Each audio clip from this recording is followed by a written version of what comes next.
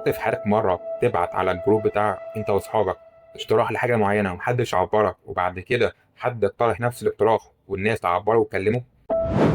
عمرك حسيت انك بتتكلم كتير ومحدش فاهمك، انك تشرح تعيد تبرر وفي الاخر الطرف التاني بيطلع زعلان؟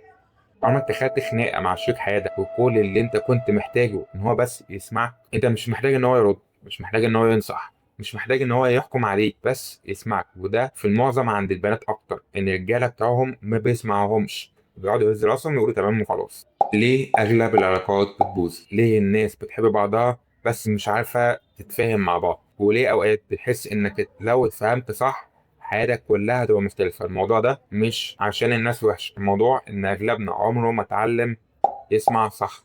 ويمكن العادة اللي هنتكلم عنها النهاردة هي أكتر عادة ممكن تنقذ شغلك، جوازك، صداقتك، أو حتى علاقتك مع نفسك. وقبل ما نبدأ في العادة الخامسة من كتاب عدد 7 النسخ أكثر فعالية ستيفن كوفي، ما تنساش اللايك بتاعنا، ولو أنت أول مرة تشوفني اشترك في القناة. يلا بينا نبدأ.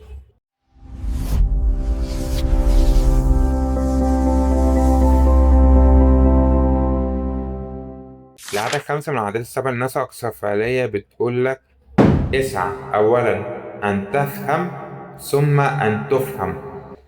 بصراحة دي مش مجرد مهارة تواصل، دي أهم حاجة في الحياة.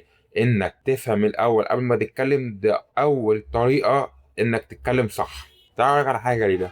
كل الناس أو أغلب الناس بتسمعك علشان بس يعرفوا يردوا، مش عشان يفهموا.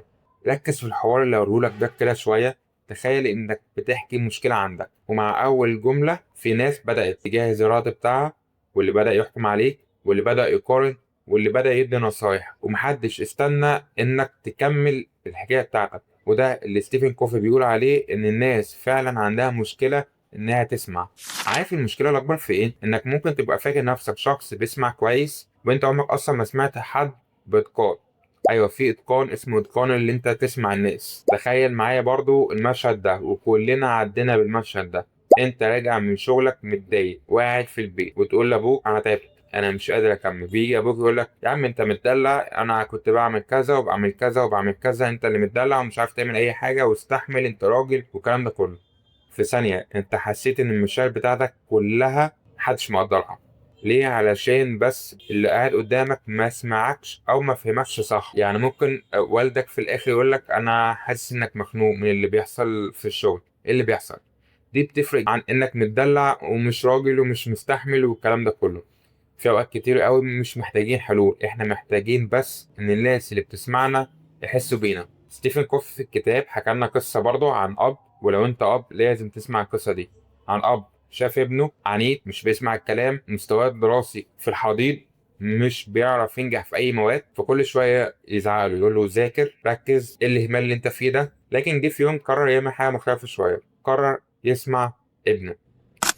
اكتشف ان الواد حاسس ان هو غبي، حاسس ان هو اقل من زمايله، حاسس انه دايما فاشل مفيش امل فيه. فالمشكله هنا ما كانتش في الكسل، المشكله كانت في الخوف.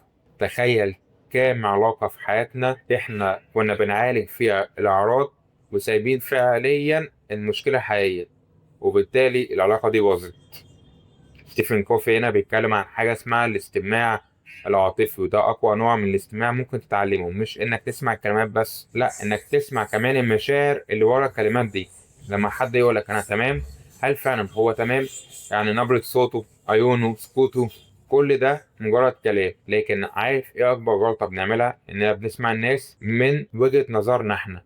يعني واحد بيحكي لك عن خوفه من حاجة معينة، بتقول له: يا عم ده بسيطة ما تشيلش هم. بس هي بالنسبة له هو مش بسيطة، هو أول مرة يتعرض لحاجة زي كده، لكن بالنسبة لك أنت بسيطة عشان أنت اتعرضت ليه قبل كده وعديت. أو واحدة صاحبتك تيجي تحكي لك إن هي متضايقة من موقف معين، فأنت تيجي بقى تعلي عليها: لا ده بصي أنا حصل لي موقف أفظع من كده. إحنا مش شايفين مسابقة، اسمعي كويس وفهمي اللي قدامي. وللأسف ده سبب كتير جدا إن الناس في وسط الزحمة حاسة بالوحدة. في أوقات بتحس وأنت في نص الشلة انك قاعد لوحدك. واحدة من اشهر الحاجات قال بين الاتنين متجوزين: انت عمرك ما فهمتني، مش انت وحش او انت قصرت او انت بخيل او انت بتعاملني وحش، لا، انت عمرك ما فهمتني. الجملة دي لوحدها تلخص العادة الخمسة اللي احنا بنتكلم عليها النهاردة. طيب نعمل ايه؟ نطبق العادة الخمسة دي في حياتنا ازاي؟ ستيفن كوفي بيقول لك: لما حد يتكلم حاول تقاوم رغبتك انك ترد على طول. المشكله ان احنا اتعودنا نرد بسرعه، بس انك تسكت لغايه لما اللي قدامك يخلص كلام، دي محتاجه طاقه وتدريب. فانت مش تمام من اول مره، لا، خد وقتك وتعلمها واحده واحده. وبدل ما ترد على اللي قدامك، لا، حاول تعكس احساسه. يعني ايه؟ يعني لو صاحبك قالك انا حاسس اني فاشل، ما تقولوش لا يا عم انت جامد، قول له حاسك انك محبط دلوقتي شويه. في فرق ضخم انك حاسس بيه او اللي انت تطبله وخلاص. وزي ما قلت لك، انك تتعلم انك تسمع اللي قدامك ده شيء صعب جدا. ليه؟ عشان ده بيخليك تبطل تحكم، تبطل تثبت انك صح، تبطل تبقى البطل طول الوقت. واغلب الناس بتحب تتكلم اكتر ما بتحب تفهم. بس اول ما تبدا تسمع الناس صح، هتلاحظ حاجه غريبه جدا. الناس هتبدا تستريح لك، تثق فيك، تحكي لك اسرارها، تحب الوجود بتاعك. ليه؟ لان الشعور انك مفهوم واحد من اعمق الاحتياجات الانسانيه. في اللحظه ان الانسان يحس فيها انه مفهوم، بيهدى خالص. في فكرة عبقرية ستيفن كوفي بيقولها، إنك طول ما الطرف التاني حاسس إنك مش فاهمه، مش هيبقى مستعد إن هو يسمعك أصلا. يعني عايز الناس تسمعك، افهمهم الأول. ودي مشكلة السوشيال ميديا النهاردة، كل بيتكلم، كل بيشرح، كل بيهاجم، وقليل قوي اللي بيسمع صح. يمكن عادة خمسة مش هتخليك أغنى شخص في العالم، لكن ممكن تخليك أب أفضل، صاحب أفضل، شريك أفضل، وإنسان أهدى كتير. ممكن أول مرة تسمع حد بصدق، تكتشف انه ورا العصبية دي في خوف، وان ورا الصمت في وجع، واللي ورا قسوة الانسان دي هو بس محتاج يتفهم. فالسؤال هنا، انت امتى اخر مرة سمعت حد بجد عشان تفهمه مش عشان ترد عليه؟ اكتب في الكومنتات لو انت الشخص اللي نفسك الناس تفهمك صح. اشوفك الحلقة الجاية. سلام.